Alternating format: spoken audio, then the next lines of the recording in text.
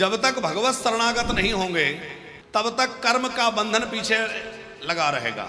एक जन्म में जो कर्म किए उन शुभ अशुभ कर्मों को भोगने के लिए नया जन्म मिला, फिर जब दूसरा जन्म मिला तो उस जन्म में तो आए तो थे पिछले जन्म के कर्म भोगने, पर कर्म भोग के साथ साथ नए कर्म भी तो कर रहे हैं, तो फिर नया जुट गया, फिर उसको भोगने फिर जाएंगे, फिर कुछ करेंगे, बिना करे तो नहीं रह सकते। तो आप ये बताओ फिर ये क्रम कब टूटेगा? हमारी बात समझ में आ रही है? एक बार आपने कुछ कर्म किया, हमने किया, उसको भोगने एक जन्म लिया, फिर उस जन्म में जाकर फिर नया कर्म किया, फिर नया जन्म लिया, तो ये कभी भी क्रम टूटने वाला नहीं है। फिर कैसे टूटेगा? बोले जो कर्म हैं उनकी गहन गति है, कितने जन्मों के कर्म हमारे पीछे लगे हैं, उन कर्मों से पीछा नहीं छूट सकता। भगवान के माता पिता का पीछा नहीं छूटा। देवकी वसुदेव को कारागृह में रहना पड़ा।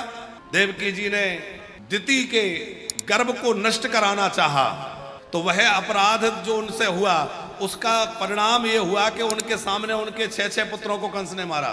वो भोगना पड़ा कि नहीं? कश्यप जी ने वरुण की गाय का हरण जो है लौटाई नहीं, उधार कुछ समय के लिए ली थी, कथा हमने भागवत में सुनाई थी आपको। वो थोड़े समय के लिए मांगी यज्ञ कार्य करने के लिए, यज्ञ पूरा होने के बाद भी नहीं लौटाई, वचन भंग हो गया, फिर लोभ आ गया, तो उसका परिणाम ये हुआ कि उनको अपने पुत्र का वियोग सहन करना पड़ा। तो भगवान के माता पिता कर्म के भोग से नहीं बच सकते, हम आप बच पाएंगे? इसलिए कहा है अवश्यमेव भोक्तव्यम कृतम कर्म शुभाशुभम, निश्चित ही किए गए शुभ और अशुभ कर्म को भोगना पड़ता है। फिर इस कर्मों के जंजाल से छूटें कैसे? कर्मों के जंजाल से छूटने का एक ही उपाय है और वो है भगवत शरणागति। जब भी जीव भगवान के शरणागत हो जाता है तो उसको किसी भी कर्म का फिर ना शुभ कर्म का फल ना अशुभ का। क्यों? बोले हम कुछ कर ही नहीं रहे, जो कुछ कर रहे हैं ठाकुर जी करा रहे हैं। जब हम कुछ कर ही नहीं रहे तो करता होंगे तब ना शुभ अशुभ फल मिलेगा, करता ही हम नहीं है। इसीलिए भगवान श्री कृष्ण गीता जी में कहते हैं अनन्यास चिंतयन्तो माम ये जनः पर्युपास्यते, जो अनन्य भाव से मेरा आश्रित हो जाता है उसके योग क्षेम का वहन मैं करता हूं। और एक और बात कही है वहां, सर्वधर्मान परित्यज्य मामेकम शरणं व्रज अहम त्वं सर्व पापेभ्यो मोक्षयिष्यामि मा शुचि।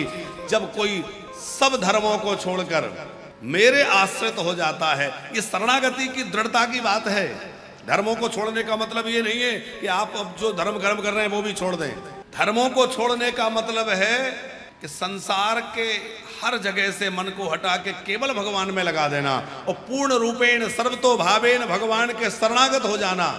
अब जो कुछ करा रहे हैं वही करा रहे हैं, और जब ये भाव आ जाएगा तो भगवान कहते हैं अहम तुम सर्व पापेभ्यो मोक्षयिष्यामि मा शुचि, मैं तुम्हें सारे पापों से मुक्त कर दूंगा।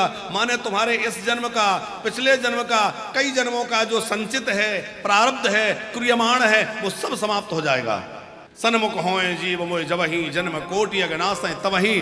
वो इसीलिए कहा है राम जी ने, सन्मुख होने का मतलब है शरणागत होना। जब सर्वतो भावेन कोई शरणागत हो जाएगा तो मैं उसके सारे अपराध क्षमा कर दूंगा, उसके जन्मों जन्मों के कर्म प्रारब्ध भोग सब समाप्त कर दूंगा, भुंजते सब समाप्त हो जाएगा। और ना पापम न पुण्यम, जब पाप और पुण्य कुछ नहीं रहेगा फिर वो मेरा हो जाएगा। तो कर्म जाल से छूटने का उपाय क्या है? भगवत शरणागति। भगवत शरणागति नहीं होगी तो कर्म के परिणाम की इच्छा बनी रहेगी। इसीलिए भगवान श्री कृष्ण कहते हैं कि कर्म करो, फल की इच्छा मत करो। जब तक हम भगवत शरणागत नहीं होंगे तब तक फल की इच्छा बनी रहेगी, और जब शरणागत हो जाएंगे तो फिर क्या रहेगा? बोले जीवन है तेरे हवाले, अब चाहे जैसे न चाले। फिर चिंता किस बात की? फिर तो अब सुख ही रखो तो आपकी मर्जी, दुखी रखो तो आपकी मर्जी, संपत्ति में रखो तो आपकी मर्जी, विपत्ति में रखो तो आपकी मर्जी, हम तो आपके बन गए। अच्छा, इस तरह से कोई समर्पण कर दे, आप विचार करिए क्या भगवान उसको विपत्ति में रख लेंगे? अरे भगवान तो बड़े दयालु हैं, करुणा सागर हैं, उनकी बात तो बड़ी निराली है। किशन लाल जी, कोई सज्जन व्यक्ति हो और संपन्न व्यक्ति, कोई बढ़िया व्यक्ति हो, संभ्रांत व्यक्ति, और कोई उसके आश्रित उसका नौकर है, कर्मचारी है, और वो पूरी तरह समर्पित हो, सेठ जी जैसा करेंगे, हम तो सेठ जी के शरणागत हैं, ये सेठ जी बिल्कुल समर्पित हैं, तो क्या वो सज्जन महापुरुष उसको परेशानी में देख पाएंगे? अरे भैया मेरा व्यक्ति है, मेरे लिए पूरी तरह लगा रहता है, ये थोड़ा परेशान है, इसको ये कर दो, ये सहायता पहुंचा दो, ये करेगा कि नहीं? यदि जरा भी विवेकी व्यक्ति है तो अपने आश्रित को परेशान नहीं होने देगा। ये सामान्य मनुष्य, हम स्वार्थी मनुष्यों को भी इतना विवेक है तो आप विचार करिए, जो सागत करुणा के सागर हैं जो ठाकुर जी, क्या वो अपने शरणागत को दुखी रहने देंगे? क्या वो अपने शरणागत को कभी परेशान होने देंगे? बस कमी है तो इस बात की कि हम उस दृढ़ भरोसे के साथ शरणागत नहीं हो पाते। निश्चय पक्का हो कि बस आप मेरे हैं, मैं आपका हूं, अब आपको जो कराना हो कराइए, तो फिर आप कर्म के भोग से बच जाएंगे।